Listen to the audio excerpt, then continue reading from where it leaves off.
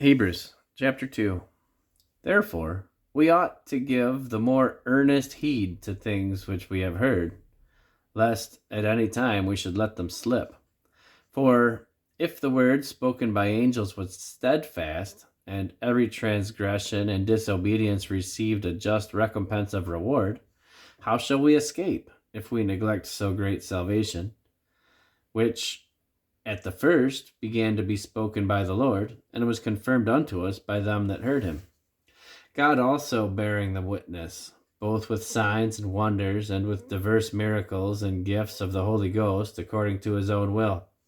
For unto the angels hath he not put in subjection the world to come whereof we speak, but one in a certain place testified, saying, What is man that thou art mindful of him, or the son of man that thou visitest him? Thou madest him a little lower than the angels. Thou crownedst him with glory and honor, and didst set him over the works of thy hands. Thou hast put all things in subjection under his feet. For in that he put all in subjection under him, he left nothing that was not put under him. But now we see not yet all things put under him. But we see Jesus, who was made a little lower than the angels for the suffering of death, crowned with glory and honor, that he, by the grace of God, should taste death for every man.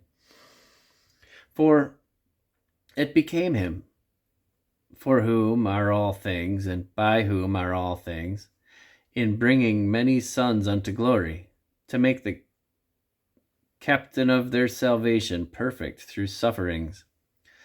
For both he that standeth and they who are sanctified, for both he that sanctifieth and they who are sanctified are all of one, for which cause he is not ashamed to call them brethren, saying, I will declare thy name unto my brethren. In the midst of the church will I sing praise unto thee.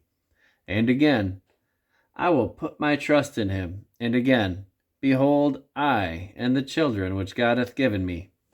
Forasmuch then as the children are partakers of flesh and blood, he also himself likewise took part of the same, that through death he might destroy him that had power over death, that is, the devil, and deliver them who, through fear and death, were all their lifetime subject to bondage.